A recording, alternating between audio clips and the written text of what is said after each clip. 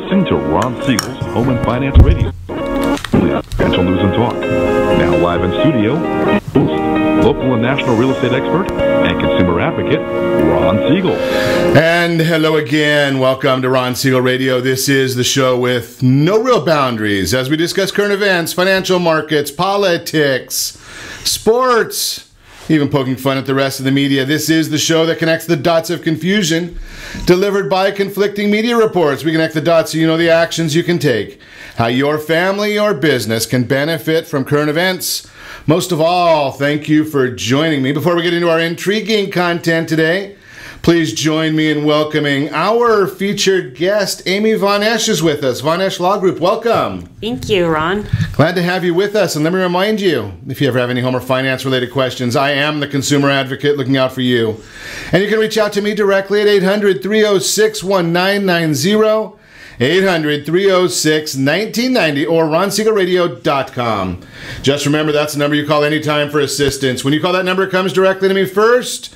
There are no operators standing by. I am it. Quiet, numbskulls, I'm broadcasting. While I do have a great team when it comes to developing a financing plan or plan to save you money, I personally work with you.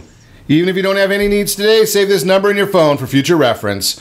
800-306-1990, 800-306-1990. And of course, we are celebrating today, one of my favorites, National Pigs in a Blanket Day it is today. And after a little bit of alcohol over the weekend, I could probably use some of those croissants that are going right around those things, or whatever they put around them. It looks good to me anyway. Moving right along, the markets this morning, well, they're reacting to what was going on in France yesterday. See what's going on there. We're up 200 points right now as we speak. Oil down 35 cents per barrel. The U.S. 10-year Treasury is up a little bit at 2.27 is the yield on the 10-year Treasury, which means mortgage interest rates are up a little bit today. Chat about that in a few minutes. But the U.S. 10-year Treasury, that's the seniors, that's what they're living on. So they're generally a little happier when we start seeing those go up, although it is down quite a bit from where it was. It had been at like 2.6. So we are seeing some benefits there as we move along. I saw this article over the weekend. I love watching what we do in the state of confusion here, just because we love to tax ourselves the more we can. We think that money solves every problem. And I don't know how many people really follow the numbers, but yeah, we did decide that we wanted to charge ourselves another 12 cents, or we elected people that are going to charge us another 12 cents a gallon for the gasoline tax. We're already the 5th highest in the country. We're paying $3.01 per gallon on average of gasoline. The average American, they're paying $2.419 right now for gasoline. So we are paying a little bit more than everybody else, although the oil-producing state of Hawaii, they're a little higher than us at 3.078. Only state in the union that's higher than us in a gas price, according to this morning's reports out of the AAA. So let's think about this concept, though, because I was looking at this article over the weekend, and I had some very interesting discussions about this one over the weekend, because California budget, our wonderful governor, unbelievable, I think. You know better than that. Yeah, he wants to raise another $3.3 billion in taxes for pollution. Now, I remember the 80s when we had a lot of pollution in California. It's a little bit better now. But we still have, with all the money that we spend on pollution and trying to clean up our environment, 6 of the top 10 most polluted cities in the country are in California. So I was having this conversation over lunch on Saturday, and they said, well, yeah, but look, we've got Los Angeles and we've got San Francisco, and look at all the people we have here. And I can understand that. That's a valid point. We do have a lot of people in the state of California, but the most polluted areas are not the metropolitan areas, unless you would want to call Bakersfield one of the more heavily populated parts of the state. I don't even know anybody that wants to go to Bakersfield, and they're highly polluted. Then you've also got the big metropolis of Visalia is number 2 in the country. Fresno is number 3. Modesto is number 4. San Francisco is number 6. Los Angeles is number 9. So let's throw another $3.3 billion at the problem, see if we can continue doing a poor job of solving the problem, as opposed to maybe California. I know that our governor's the smartest man in the world, just ask him. But here's the concept. What if we were to just go to one of the less polluted states and see what are they doing? And maybe we can copy them. Is that hard? I mean, I in the mornings I do a radio broadcast here every day. Where do I find my information? I repurpose it. I read a lot of news articles. That one actually came out of USA Today. You read a lot of news articles, you can find out how to do a lot of things. Sometimes you find out the wrong information when you read the news articles because you do have a lot of fake news. Once again, the ABC, I don't know why anybody follows the ABC Washington Post poll. Now, the Washington Post we know is owned by Jeff Bezos. He's come out and said anything that Trump is for, he's against. Now, the one item that I couldn't figure this out is math. I thought that the Washington Post and ABC News might be able to figure out math, but here's just a simple concept that I was looking at in their poll. 42% approval rating for the president as he reaches his 100th day. 96% of those who supported him in the election would do it again, yet they say that the president is not doing a good job and would end up not winning another election. Well, if 96% of the people that voted for him supported him in the election would do it again, what do you think? Do you think that many people are still going to be happy with voting for Hillary or maybe Bernie? Just a thought there for you. Unbelievable. Moving right along. You gotta love this one. In that same ABC Washington Post poll, they couldn't even cover this one up. This was very difficult for them to cover up. 67% of Democrat Party says the Democrat Party is out of touch with the concerns of the public. Surprise, surprise, surprise. Did you hear their Democrat National Committee chairman over the weekend talking about the fact that he doesn't listen to his mother? Well, obviously he doesn't listen to his mother because he comes out and says, my mom said I should not use potty mouth when I'm out in public, and then goes out and uses words that I wouldn't allow my kids to be using, and there was a young lady standing right behind him when he's doing it. Is that the leadership that we're really looking for? Is that where we want to be heading? And, you know, we talked about this in the past, the border wall. Right? I mean, I know that Nancy Pelosi thinks that it's a sign of weakness that the president wants to build a border wall. She told us that over the weekend. But 60 Democrat senators voted for it in 2006. I wonder what happened since 2006 to today, that in 2006 they're for a border wall. Actually, I guess the problem is it's English. See, some of the senators, some of the Congress people, they don't understand English because in 2006 they were voting for a fence, and today they're voting for they're against a wall. So now maybe I guess there's something in that semantics there that they're having a problem with. I just can't figure it out, but you know, maybe that's where the whole issue is coming. Maybe someone could tweet me that or send me a private message. The difference between a fence and a wall, and why it is that we can vote for a fence but not a wall. Now, we are seeing, I think we were up to 70% of the illegal immigrant coming through has diminished in recent months. The police and Border Patrol are thrilled with what's going on there. We saw, I don't know about the people in Afghanistan. There was about 96 people in Afghanistan that I don't think Mrs. Pelosi will be chatting with, but I don't think they're going to assume that the president is weak. I'm not sure, but they probably won't be thinking that. Just a thought right there, because they were vaporized with that, what do they call it, mother of all bombs, or Moab, or whatever they called that thing.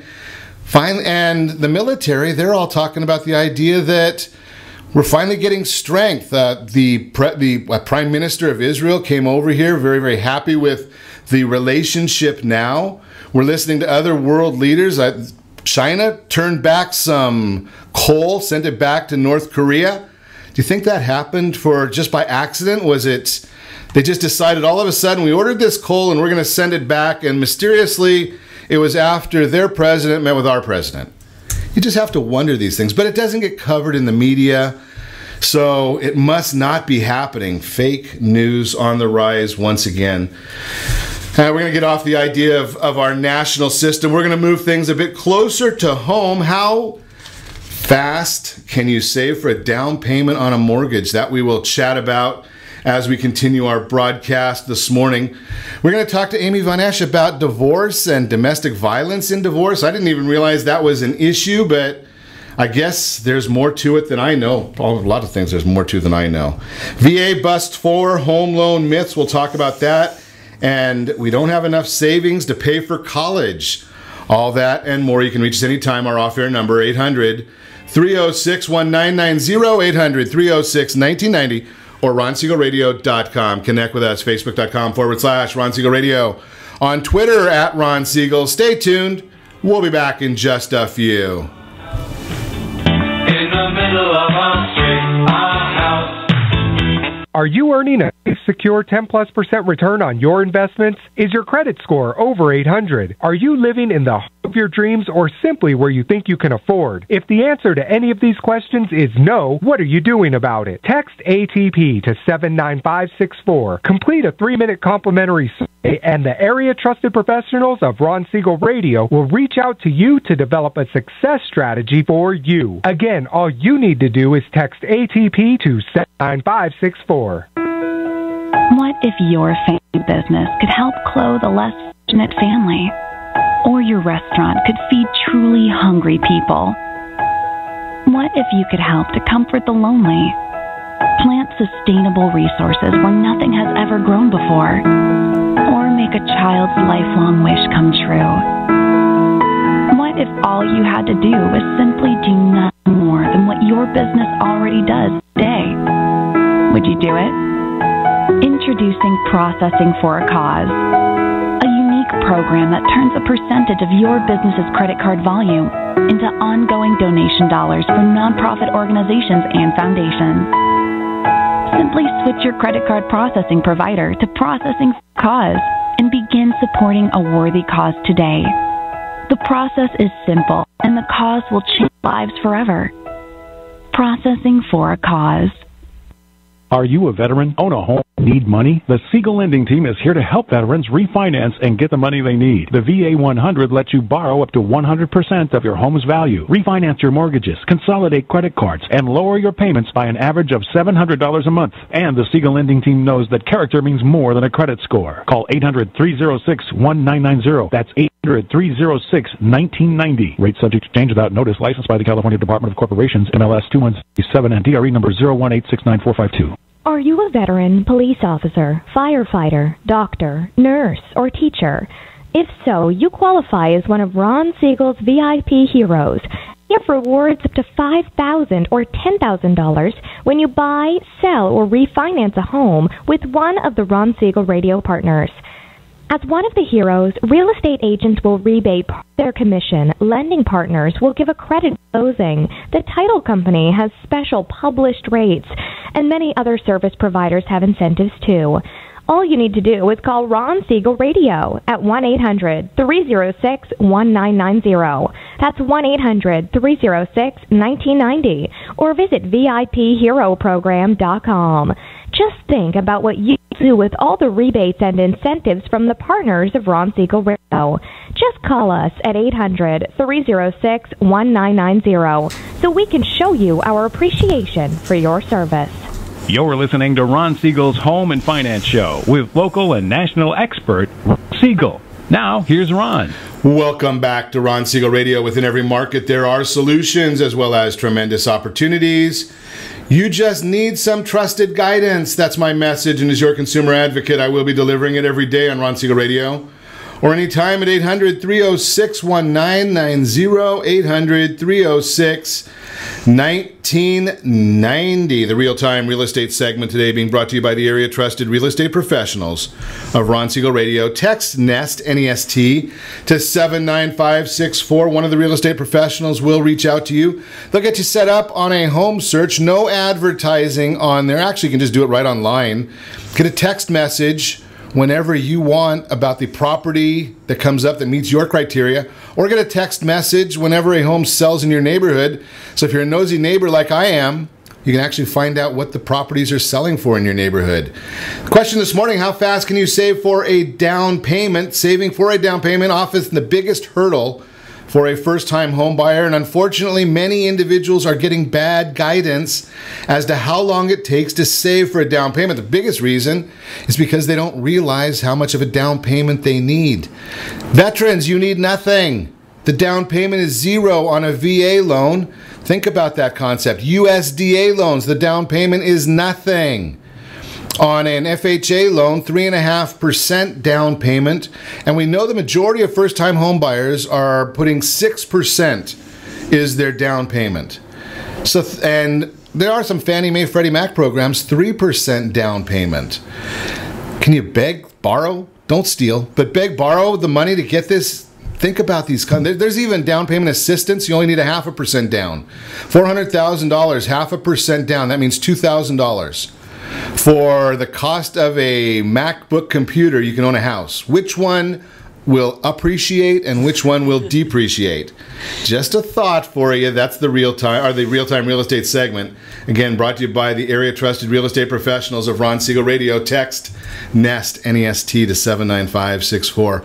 So one of the conversations I have most frequently with folks is dealing with financing within the area of divorce. Generally, you have one property that's being departed, two properties that are going to be needed or households needed. So we end up chatting a lot with folks that are going through this process. And this morning, we get to chat about the process with Amy Von Esch. She is an attorney at the Von Esch Law Group. I'll throw this in there right at the very beginning. We are not giving any legal advice. I can't give any legal advice anyway because I don't know any. But Amy's not giving legal advice. She's here to help educate us on understanding some about the law, but really more about questions that you can ask to a legal professional, to a lawyer, to get your questions answered, understand what's out there, what you need to know. So, good morning, Amy. Good morning, Ron. Glad to have you with us. So, there's a huge amount out there, and I'm hearing, we hear, maybe it's because of all the lunatic athletes out there that think that violence and beating on each other and beating on women is wise or something. We hear more in the news about domestic violence. You do. And that seems like it's now more a part of the divorce world as well. I mean, I've got a neighbor of mine that's actually going through it. So it's kind of interesting. I never even thought about it. Yeah, it happens. It happens probably more often than not, but a lot of times I think that it happens, maybe it's not as deep or as bad as one may lead it to believe, because there can be some advantages of domestic violence in the court system. It could be for custody leverage. It could be one of the factors in determining long-term support is domestic violence. Who is the aggressor? Could preclude one spouse from getting support if they, were the aggressor in a domestic violence and they were the one that was receiving the support, and they decide to take some physical action against the person that was supporting them. That could eliminate their ability to get support. So, there's a lot of different factors on why you'd make a claim for domestic violence. But is it something that people are using as a, because I used to be a chess player, right? So I sometimes look at these things and say, is it used as a strategy in advance or preparation for a divorce case? Some attorneys might do it that way, but I think if you're going to make a claim of domestic violence, there needs to be some sort of legitimate case for it, because you're not the only one affected by it. Your kids can be affected by it, the other spouse can be affected by it. So it needs to be a legitimate claim if you're going to to do a claim of domestic violence. But there are some attorneys out there, I think, that go down that route because, you know, you can get some leverage out of it as well. Anything to win. Anything to win. Now, the thing that always bothers me about most of the areas, the divorce arena, seems to be that the one that always, you know, one partner may win or may lose, but the one that always seems to lose is the kids. Do the courts protect the kids in these type cases where maybe the domestic violence was being used as a strategy, yet the kids are pulled in to try and, you know, testify against one parent or the other? The court's never going to require a child to testify against their parents. I think that's a misnomer. Okay.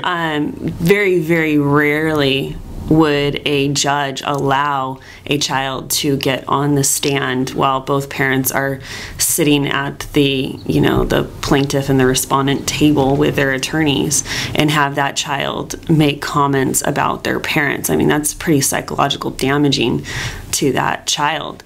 What often would happen is the judge would order the child to be interviewed by a mediator in the mediation department, and then if that's not enough, then they might order minors counsel to be appointed.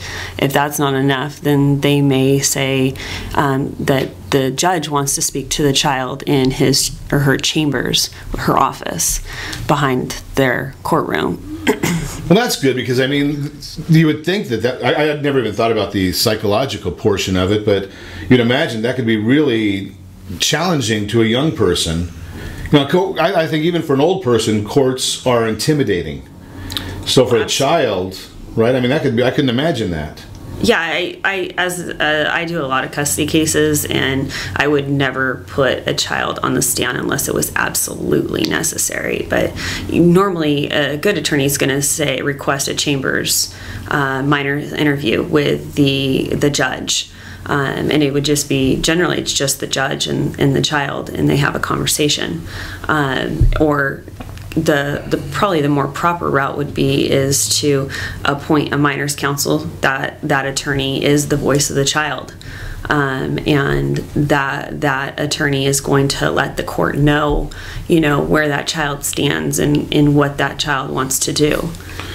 That would be probably be a lot better to protect the child. It is, but it's also costly. I mean, someone's got to pay that attorney. Sure. So who pays that attorney? Generally, it's split between the two parties, and if those two parties can't pay, then there might be, you know, some state assistance type of thing. You see more often than not that it goes through the mediation department. You know, an emergency custody investigation type of thing. Now, I saw I was actually looking on your website a little bit, and I don't know, maybe I don't understand what I'm looking at, but I'll ask you anyway. So when you go through this domestic violence area, if there's been an assertion of domestic violence, and it was done as a strategy more or less, as opposed to something that's really legitimate, is there any grounds for a defamation issue? You know, clients have asked that a lot. Generally, that's going to be a civil suit, and it seems as if once they get done dealing with me and the divorce or the separation issue, by the time you say, okay, well, now you got to go in the civil arena and file defamation of character claim, or, you know, libel or slander or whatever it may be, they are either burnt out burnt out or out of money or yes, their pockets are burnt out. Well, yeah, burnt out psychologically or financially, one or the other. Right. So, you know, I haven't seen a client yet, but we have to let them know that that is an option for them. I've had clients that want to go down that road, but they just can't financially. Sounds like it might be a counterpunch, so to speak. If you've got one side claiming domestic violence and the other saying, hey, I didn't do it, and oh, by the way, we may be looking at a defamation suit down the road, kind of might balance the scales a little. Maybe, yeah, it could be. Wake somebody up. yeah, like let's just keep control of your mouth and bodies in the beginning. Yeah, exactly. Great information. We're going to talk. I saw that on the website, and it's just fascinating because we've never talked about that with a family lawyer on Ron Siegel Radio. But we're going to chat a little bit more with Amy Von Esch when we come back. Spousal support. When does it start? Especially if you've got a stay-at-home mom or stay-at-home dad. We'll talk about that when we come back. Division of property, all the businesses. There's a lot to go on here. Might be cheaper to stay together. Some people might even find out after the fact that they might like each other afterwards after going through this whole process. We'll talk about all of this. You're listening to Ron Siegel Radio, discussing your real estate, current events, and the financial markets. We'll also talk about some home loan myths that are dispensed with by the Veterans Administration, and saving money for college. Are we doing it? We'll see. Remember to reach us anytime. Call our off-air number, 800-306-1990, 800-306-1990, or ronsiegelradio.com. Connect with us, facebook.com/Ron Siegel Radio, on Twitter @Ron Siegel. And if you miss any part of our broadcast, Ron Siegel 1, Ron Siegel the numeral 1 on YouTube, ronsiegelradio.com in the archives. Stay tuned. We'll be back in just a few. A house in the middle of a street. Siegel Lending Team offers you buying power. Let's say you can afford a monthly mortgage payment, including principal and interest, of around $1,900. With today's rate on a 30-year fixed mortgage of 3.75%, APR 3.85%, that payment could support a $416,000 mortgage. But if you wait and rates tick up to around 6.5%, which is roughly the average home mortgage rate over the past 30 years, that same $1,900 mortgage payment, including principal and interest, may only be able to support a $314,000 mortgage. That's over $100,000 worth of home you're missing out on by waiting. That's buying power. All you need to do to get started is reach out to the Siegel Lending Team at 800-306-1990. That's 800-306-1990, or visit SiegelLendingTeam.com. That's SIEGEL LendingTeam.com. Payment example excludes taxes and insurance. Call us for full details, 800-306-1990. That's 800-306-1990, or SiegelLendingTeam.com. Equal housing lender, licensed under NMLS number 217037. Is your credit score over 800? Are you living in the home of your dreams, or simply where you think you can afford? Are you earning a safe, secure 10+% return on your investments? If the answer to any of the questions is no, what are you doing about it? Text ATP to 79564. Complete a 3-minute complimentary survey, and the area trusted professionals on Siegel Radio will reach out to you to develop a success strategy for you. Again, all you need to do is text ATP to 79564. Are you purchasing or own a luxury home? If you're like so many others, your home is your largest asset and the mortgage is your largest debt. The Siegel Lending Team has some amazing financing opportunities right now. Jumbo loans up to $2 million, 30-year rates below 4%, 15-year rates near 3.5%, and if you can believe it, 7-year interest-only hybrids in low 3s. The Siegel Lending Team has all the options for your jumbo or second home loan requirements. Take advantage of them while you can. To learn more about all the other financing products available from the Siegel Lending Team, call 1-800-306-1990. That's 1-800-306-1990. Or visit SiegelLendingTeam.com. That's SIEGEL LendingTeam.com. Again, call 1-800-306-1990. Rates subject to change without notice. Licensed by NMLS ID 217037 and 145502. Equal housing lender. Do you own real estate or have assets over $150,000? Do you know one of your heirs will be the probate courts and the IRS? If you don't have a living trust, you will go through probate. Call Heritage Financial Services toll-free at 1-855-434-7400 for a free review. Check us out on Facebook, Heritage Financial Service in Lake Forest, California. That's 1-855-434-7400. Again, 1-855-434-7400. You're listening to Ron Siegel's Home and Finance Show with local and national expert Ron Siegel. Now, here's Ron. Welcome back to Ron Siegel Radio. Within every market, there are solutions as well as...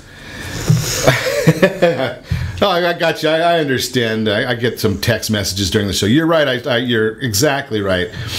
You just need some trusted guidance. That's my message. And as your consumer advocate, I will be delivering it every day on Ron Siegel Radio. or anytime at 800-306-1990. 800-306-1990. Word on Wealth segment today being brought to you by creditsanitizer.com. You have a credit report. It is wrong. What are you doing about it? Credit Sanitizer has the solutions for you. I know that your credit report is wrong. It's very simple. I've been looking at reports since the mid-'80s, and I've never ever seen a credit report that's completely accurate. And I've seen reports with scores as high as, I think the highest I've seen is an 834. Every one of them has errors on it.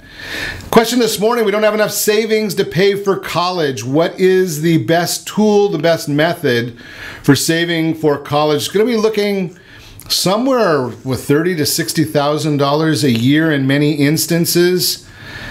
What are you going to do? Are you using a 529 plan? Do you know about the 529 plan? First place you want to look, you've got to get that FAFSA done. I was not a big fan of the FAFSA. I always wanted to pay somebody else to do it. My wife took care of it, thank goodness. But you got to get that done. That's the starting point to find out what your family contribution is going to be. You might want to start that if you're a high net worth individual. You might want to start that early. Scholarships is the first place to start. You want to talk with a financial planner. We talked a lot with, Princeton Review is the one that we looked at quite a bit talking to them. They gave some great advice. The private schools are much cheaper once you look at the financial packages than the public schools. Most people don't believe that. But think about this. Harvard has more money in their endowments, more money coming in. If they charge nobody any tuition, they still would have more money than they can ever figure out what to do with. Not quite the same case when you're dealing with some of the public schools that are dealing with budgets. So you might want to look at the 529 plan. You might talk to Al Manfrey. He's got some great retirement programs and savings programs there that, yeah, you don't have to pay taxes on those programs. They legally avoid taxes. Don't dip into the 401k. That's not the right choice for you. And one of the other things, as I've shared many, many times, take a look at the schools. Are they the return on investment for an institution? I've seen many, many times lately, way too many times when we're doing our consulting for the lending side, that if I've $200,000 in student loan debt I saw for an attorney couple. Both of them were attorneys. $200,000 in student loan debt. Yeah, how long is that going to take to repay that, to earn that kind of money? Just a thought for you. That's the Word on Wealth segment. Again, brought to you by creditsanitizer.com.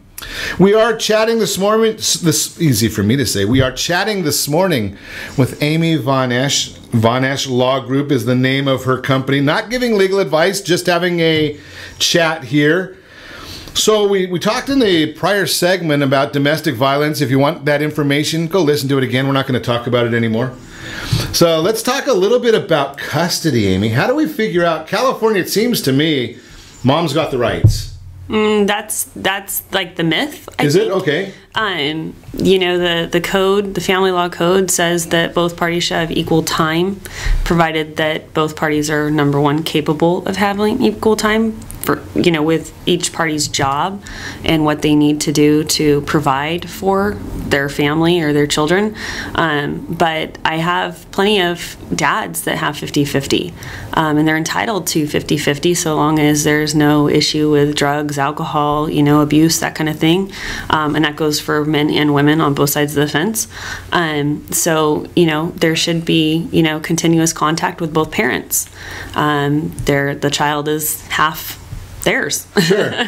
So how do they determine that? I mean, because 50-50, I mean, if dad has the kids, even if they have them every weekend and he's working, that's almost 50-50, but that's not fair to mom because then all she's got is the work time with them. It's very, very rare that a court would give one parent exclusive weekends, because generally that is the downtime with your kids. That's the fun time. Right. So why should one parent just have all of the fun time and the other parent do the grind of the school week? Sure. and the practices and extracurricular activities and so forth, the shuttling, the taxi cab, why one parent has to do that and then the other one gets to reap the benefit of the weekends.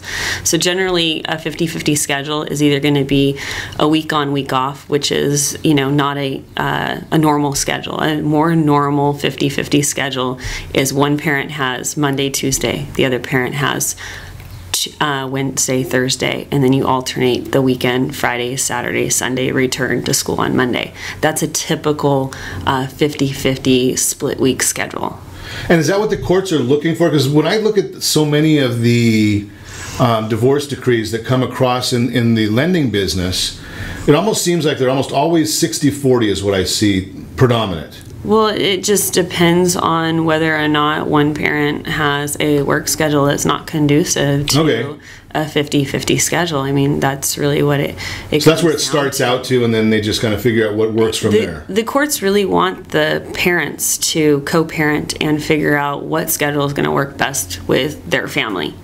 If you can't co-parent and figure that out amongst the two of the parents, the father and the mother, the mother and the mother, father and father, whatever it is, then the man or the woman in the black robe is going to tell them how they're going to raise their children. That seems to me like that's the worst solution. It is the worst solution. I mean, you had these children together. You should be able to figure out how you're going to raise them if your relationship is not going to work out. So the best is to negotiate that amongst the two of you in a mediation process or amongst your attorneys. Now, I know it's kind of might be a question you don't want to even get into. Will attorneys basically go out or is there some ethic issue? I mean, I know in the real estate world they have this whole set of ethics that what you're really supposed to be doing, and the myth or maybe the reputation is that you've got attorneys that just keep wanting to incite. And is there an issue where you can go in, the attorneys are basically going to go in and say, this is really what the courts are going to want. Can we get there without a massive amount of fighting? There's always I always take the opportunity to try to negotiate the case before I file something, or even if I file something, negotiate it before it goes to hearing, because I always think that that's in the best interest of my client. And I often tell the client, this is where I see the case ending up. I see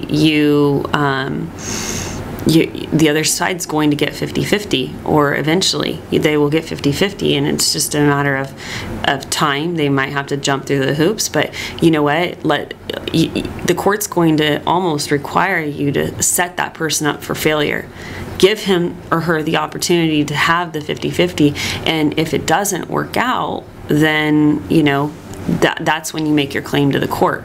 But you almost have to set that other person up for failure. If he or she says that I want 50-50, and deep down that it's never going to work 50-50, that person is a parent, and they deserve to have that time with their kid.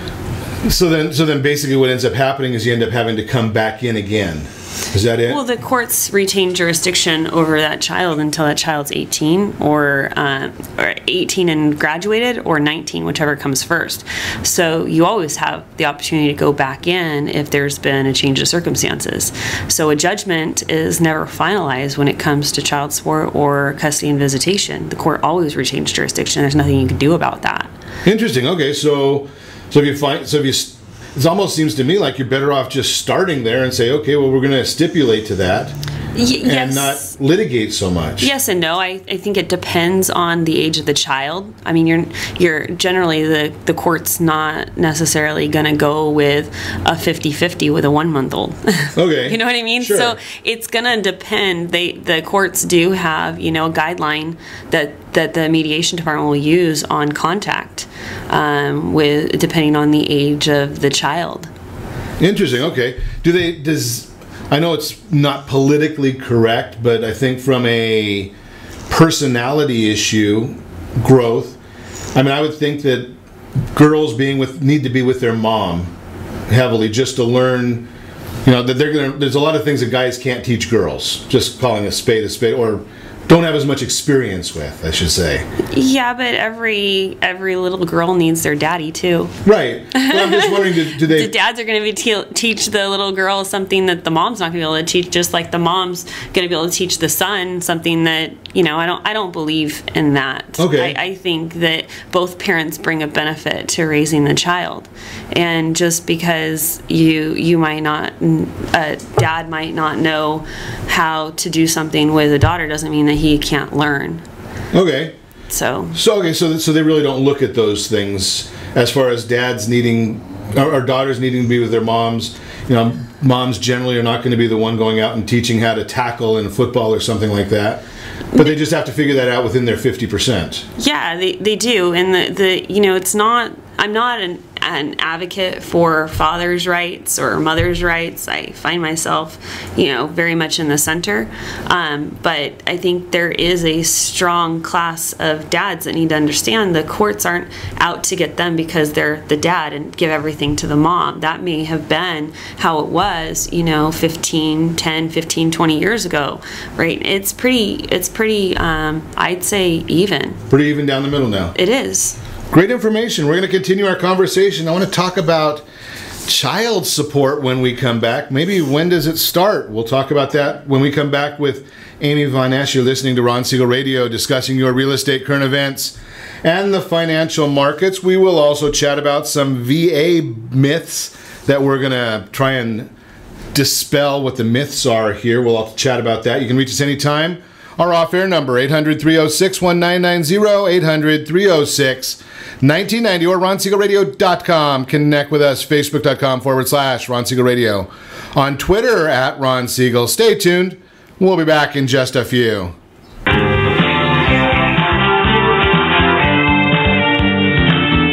Are you living in the home of your dreams or simply where you think you can afford? Are you earning a secure 10+% return on your investments? Is your credit score over 800? If the answer to any of these questions is no, what are you doing about it? Text ATP to 79564. Complete a 3-minute complimentary survey, and the area trusted professionals of Ron Siegel Radio will reach out to you to develop a success strategy for you. Again, all you need to do is text ATP to 79564. Isn't it time you found out the truth about FHA-insured home equity conversion? No, it's not your grandfather's reverse mortgage. This just may be the finest financial planning strategy available for all homeowners of retirement age. Helping protect what you've earned is the job of your board of directors with continued education. Major research has shown that using a HECM will significantly enhance the success rate of a retiree's portfolio and legacy. Please allow us to educate. For your complimentary consultation, call Jay Kaplan at 949-300-3855. That's 949-300-3855. Are you currently renting a home? Do you like paying someone else's mortgage payment? Why not explore the options to purchase your own home? Can you imagine a 30-year fixed-rate loan below 4.25% APR? This means with $10,500, you can purchase a $295,000 home and have a principal and interest payment of about $1,400 per month. What are you paying in rent? Does your family deserve the opportunity to take advantage of the current market? To learn more about these exciting opportunities, the Siegel Lending Team is standing by to speak with you. Call now, 1-800-306-1990. That's 1-800-306-1990. Or visit SiegelLendingTeam.com. That's SIEGEL LendingTeam.com. Or 1-800-306-1990. Rate subject to change without notice. Licensed by NMLS ID 217037 and 145502. Equal housing lender. Not endorsed or sponsored by any government agency. Do you have a goal of mortgage-free home ownership? What if your home was valued at $500,000? Are you aware that a free and clear home could be costing you $2,500 every month, $30,000 per year? The mortgage planners at the Siegel Lending Team would like to show you how you can own your home, generate tax-free income, and accumulate family wealth. You simply need to call the Ron Siegel Team at 1-800-306-1990. That is 1-800-306-1990. By sending the team a copy of your most recent mortgage statement, the team will send you a no-obligation real estate plan. You be the judge if this is right for your family. Again, all you have to do is send the team a copy of your mortgage statement by email to REAP@RonSiegelRadio.com or call today Ron Siegel, 1-800-306-1990. That is 1-800-306-1990. Rate subject to change and without notice. Licensed by the California DOC and BRE NMLS 217037 and 145502 and Cal BRE 01869452 and 1866775. You're listening to Ron Siegel's Home and Finance Show with local and national expert Ron Siegel. Now, here's Ron. Welcome back to Ron Siegel Radio. Within every market, there are solutions as well as tremendous opportunities. You just need some trusted guidance. That's my message, and as your consumer advocate, I will be delivering it every day on Ron Siegel Radio or anytime at 800-306-1990, 800-306-1990. The Mortgage Minute today being brought to you by Gold Star Mortgage. When you're ready for that next mortgage, any mortgage, Gold Star has the products for you. They've got the asset depletion loans. They've got the hypothecation loans. I don't even know what that means. But they also have the VA loans, FHA loans, USDA loans, all of the good products out there. VA busts 4 home loan myths that hurt the veteran. I hate it when we see them. Well, Brent Humphreys was on with me last week, I think. We were talking about some of the garbage that goes on with people and understanding the VA loans. It is, so the myth number 1, this is a lousy loan product. And to be quite honest with you, the VA loan is probably the best loan on the market, bar none. Our veterans have earned it. It's not like it's a gift of any sort. It's not an entitlement. Well, they're entitled because they earned it. $424,000. You can get a VA loan all the way up to $1 million or $2 million. They're not all going to be zero down payment when they're the higher amounts, but up to the county lending limits, yes, you are going to be zero down payment for our veterans. You need great credit to get a VA loan. Well, you don't even need good credit to get a VA loan. Now, I did hear one of the big banks that everybody knows about, they call themselves American, but I saw they just turned down somebody with a 693 FICO score. That's something that should never, ever happen. That loan is a great loan, and 693 FICO, you can do those all day long. Then this veteran thinks that because they turned him down, instead of saying, we don't do it, it's not that the veteran's VA loan is not available for them. VA loans take forever to close. That is another myth. They close as fast as the others. They're also likely to close, more likely to close than both the conventional and FHA. It's really pretty clear and simple what's needed for a VA loan. No down payment makes these risky loans. That's another myth. The VA loans have been the safest on the market. Even during the housing crash, the VA loans performed better than nearly every other loan on the market. This is a one-time benefit. No, that's not true either. Once you earn it, it is yours for life. You get to keep on using it over and over and over again.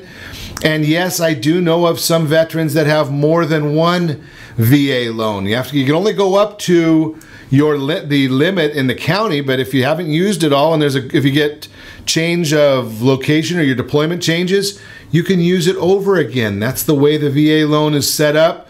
It is the best loan on the market. Give me a call, 800-306-1990, and put you in touch with our friends over at Gold Star. They can help you out with that VA loan. It's going to cost you less to get into a house and own it as a veteran than your I always call it a down payment for the lease. Think about that concept. Continuing our conversation this morning, Amy Von Esch is with us. We're getting a lot of information from Amy. Again, we're not giving legal advice. These are all some information that you need to understand if you're going through divorce or you've got some family law issues. Just you can go to the Von Esch Law Group, or you can give me a call at 800-306-1990. I can put you in touch with Amy. That's what she does. That's how she feeds her family. So you can pay her for legal advice. We're just giving educational information right now. We've talked about custody. We've talked about domestic violence. Let's talk about survival, Amy. I mean, this is pretty basic. When you have in this society, I don't know if we have a whole lot of stay-at-home mom or stay-at-home dad, but if one or the other is a non-working spouse, how do they survive once this process starts? Well, it's not easy. I mean, think about it just logically. You have either a two-party income, household income, or you have a one-party household income. When you divide that one house into two, how do you make ends meet? You have to change your standard of living. You can't keep the same standard, although that's what the law kind of says, that's how they base support as the standard of living. That doesn't mean that it's necessarily you're going to have that right off the get-go coming out of the gates of a dissolution. You're going to have to go out and get a job. You're not going to be able to be a stay-at-home parent. I say parent. See, now we know why you're the attorney and I'm just a radio host. I keep saying mom or dad, and you've got it better there. It's not financially feasible. I often tell that parent that just because you get a job doesn't mean your support's going to change dollar for dollar. Just because you now make $2,500 a month means that your support's going to go down $2,500. It's a whole computer-generated system that we use on a temporary basis for spouse support and child support. We use either it's called ex-spouse or the DissoMaster, depending on what courthouse you're in or what attorney's office you're in. They're going to use one of those two programs to determine temporary support. The child support's never going to change. We're always going to use that system when we're looking at support for child support, but for permanent spousal support, the court's not allowed to utilize that system. They have to look at several factors when determining support. Like we said, domestic violence can be one of those factors that they have to. There's about 14 different factors. So do the kids keep the same level of lifestyle? It seems to me that no two partners are going to have identical earning power.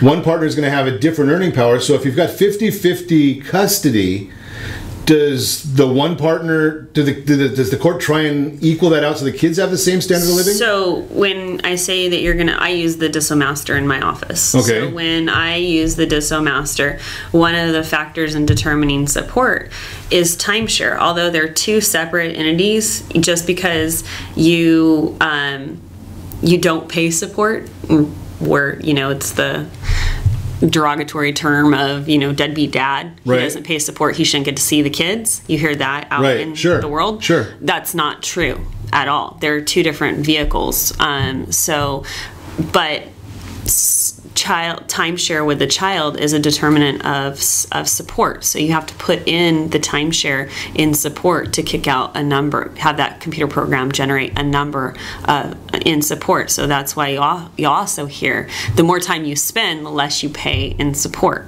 which is somewhat true, because if you're spending 50-50, you're going to be contributing 50-50 when they're on your time too. So your support's going to go down.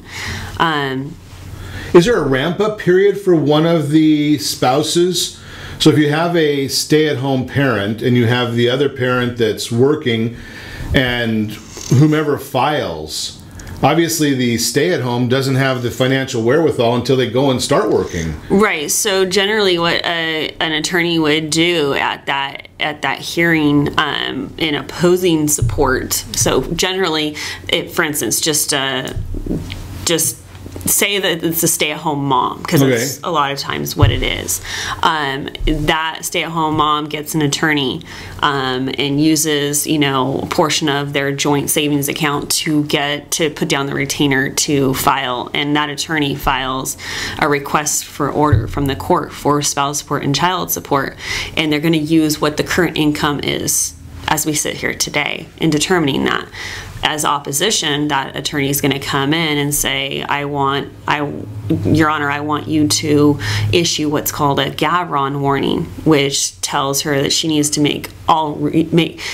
within a reasonable period of time, she needs to become self-supporting. So they're going to make her make efforts to become self-supporting.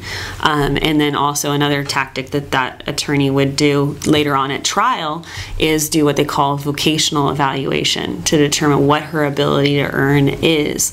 Say that she has a 4-year degree, but when she had kids, she decided that she they decided, husband, wife, sure, whatever, decide that she's going to stay home and help raise the children.